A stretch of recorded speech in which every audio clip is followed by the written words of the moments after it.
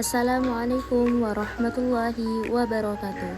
Perkenalkan, saya Mutia Ramadhani dengan NIM 86053791. Saya dari Prodi PGSD semester 2. Pada kesempatan presentasi ini, saya akan menjelaskan apa sih peran filsafat ilmu dalam memperkuat ilmu pendidikan. Filsafat ilmu dan pendidikan memiliki hubungan yang sangat erat dalam perkembangan ilmu pengetahuan. Filsafat ilmu berperan sebagai dasar berpikir kritis, logis, dan sistematis dalam memahami tujuan, metode, serta nilai-nilai pendidikan. Dengan adanya filsafat ilmu, pendidikan tidak hanya berfokus pada penyampaian materi, tetapi juga pada pembentukan karakter, kemampuan berpikir, dan pengembangan potensi. Pembahasan yang pertama, peran filsafat ilmu dalam mengawasi dan memperkuat ilmu pendidikan. Filsafat ilmu berfungsi sebagai dasar dalam menentukan arah dan tujuan pendidikan. Dengan filsafat ilmu, pendidikan dapat berjalan secara ilmiah, rasional, dan memiliki nilai yang jelas. Secara analitis, filsafat ilmu membantu pendidikan menentukan apa yang harus diajarkan dan mengapa hal tersebut penting. Filsafat ilmu mengawasi metode pembelajaran agar sesuai dengan kaidah ilmiah.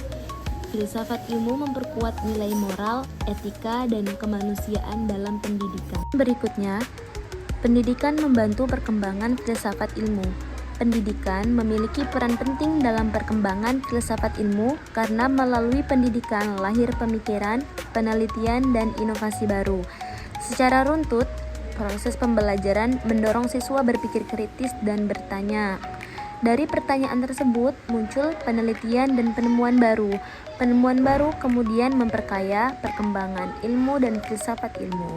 Artinya, pendidikan dapat menjadi tempat berkembangnya ilmu pengetahuan sekaligus sarana dalam memperbaiki cara berpikir manusia agar lebih maju dan terbuka. Pembahasan yang ketiga, filsafat ilmu sebagai pisau analisis. Filsafat ilmu disebut sebagai pisau analisis karena digunakan untuk membedah dan memahami berbagai persoalan pendidikan melalui 3 aspek utama, yaitu 1. Ontologi. Ontologi membahas hakikat atau objek pendidikan. Contohnya, apa tujuan pendidikan? Siapa yang menjadi objek pendidikan? Mengapa pendidikan penting bagi manusia?